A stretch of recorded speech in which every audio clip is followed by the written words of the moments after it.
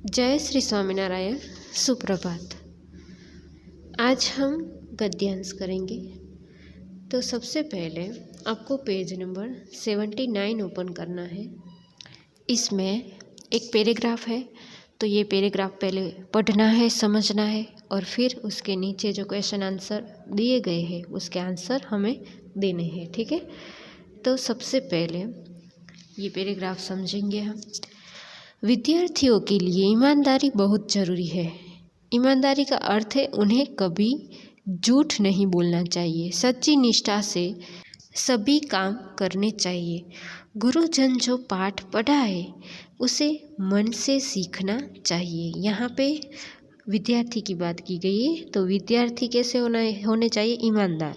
ईमानदारी का अर्थ क्या होता है कि कभी झूठ नहीं बोलना, सच्चे भाव से, सच्ची निष्ठा से काम करना।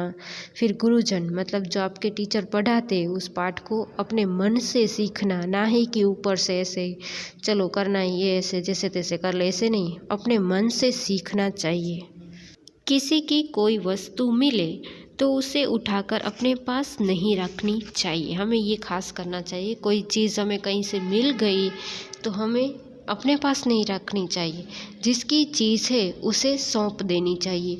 हमें हर काम ईमानदारी से करना चाहिए। ईमानदारी का फल बहुत मीठा होता है। तो यहाँ पे बोला गया है कि ईमानदारी में क्या करना चाहिए। तो कभी भी किसी की चीज़ कहीं से मिल गई तो वो किसकी है किसी को पूछना चाहिए, फिर उसको लौटानी चाहिए। ना कि हमें मिल गई तो हमारे पास हमारी है चलो रख देते, इस तरह से हमें नहीं करना चाहिए, क्योंकि ये ईमानदारी के गुण नहीं है, ये बेईमानी के गुण है। ठीक है, तो ऐसा काम नहीं करना चाहिए। चलो अभी इसमें से थोड़े क्वेश्चन हैं। तो सबसे पहले अनुच्छेद पढ़कर प्रश्नों के उत्तर दीजिए। तो यहाँ पे प्रश्न पूछे गए, उसके आंसर हमें लिखने हैं। विद्यार्थियों के लिए क्या जरूरी है? तो यहाँ पहली ही लाइन में दिया गया है, विद्यार्थियों के लिए ईमानदारी बहुत ज़रूरी है, मतलब हमें ईमानदारी से काम करना चाहिए। दूसरा क्वेश्चन है, क्या ईमानदार विद्यार्थियों को झूठ बोलना चाहिए? बोलना चाहिए, इसमें आया ना, क्या करना चाहिए? नहीं बोलना चाहिए। तो यहाँ पे नहीं, फिर अल्प विराम करना है और फिर है ईमानदार विद्यार्थियों को कभी झूठ नहीं बोलना चाहिए, फिर खड़ी पाई करनी है। ठीक है, उसी तरह से तीसरा क्वेश्चन है, किसी की कोई वस्तु मिले तो हमें क्या करना चाहिए?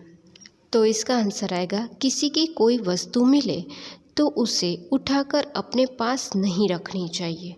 जिसकी चीज़ है उसे सौंप देनी चाहिए, मतलब हमारे पास नहीं रखनी है, जिसकी है उसको ढूंढकर उसको देनी चाहिए। फिर फोर्थ क्वेश्चन है, हमें हर काम कैसे करना चाहिए? तो हमें हर काम ईमानदारी से करना चाहिए। पांचवा है, ईमानदारी का फल कैसा होता है? तो यहाँ पे ईमानदारी का फल मीठा होता है, मतलब हम कुछ काम ईमानदारी से करें तो उसका परिणाम मीठा होता है। मतलब मीठा मतलब कि अगर हम अच्छी तरह से जो मिस पढ़ा रहे वो पढ़े तो एग्ज़ाम आए तब हमें सब कुछ आ जाता है, तो आसान रहता है हमारे लिए। तो फिर ये ईमानदारी का फल हमारे लिए कैसा हुआ? मीठा, अच्छा हुआ ना। तो इस तरह से फिर 6 है, निम्नलिखित शब्दों के विलोम शब्द लिखें। तो विलोम शब्द मतलब इंग्लिश में आप बोलते हैं ना ऑपोजिट वर्ड, उल्टा करना है। मतलब जो भी शब्द है उससे उल्टा क्या होता है, जैसे कि झूठ है तो उसका उल्टा मतलब विलोम शब्द क्या आएगा? सच। उसी तरह से ईमानदार तो बेईमान। ठीक है, उल्टा। ईमानदार यानी अच्छा काम करते सब कुछ, और बेईमान मतलब अच्छा नहीं करते वो सब, इस तरह से। फिर 7वां क्वेश्चन है, उपरोक्त अनुच्छेद को उचित शीर्षक दीजिए।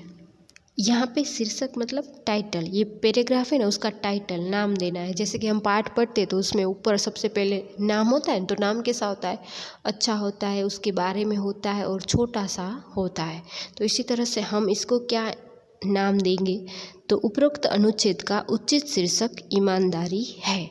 इसके अलावा दूसरा आप देना चाहो तो दे सकते हो, पर ये ईमानदारी के बारे में है इसलिए ईमानदारी ही ये इसका सही शीर्षक है। ठीक है, तो कभी भी शीर्षक मतलब छोटा और उसके रिलेटेड जो पैराग्राफ है उसके रिलेटेड होना चाहिए और सही होना चाहिए। ठीक है, तो ये हो गया गद्यांश हो गया। तो ये आपको होमवर्क में लिखना है। तो इंडेक्स में आज की डेट लगा कर लिखना है गद्यांश। ठीक है, और होमवर्क सेक्शन में ये 79 पेज नंबर में जो पैराग्राफ है वो अच्छी राइटिंग करके ऊपर की लाइन को टच करके लिखना है, और उसी के नीचे जगह हो तो वहाँ, और वरना दूसरे पेज से उसके क्वेश्चन आंसर सातों के सातों लिखने हैं। ठीक है।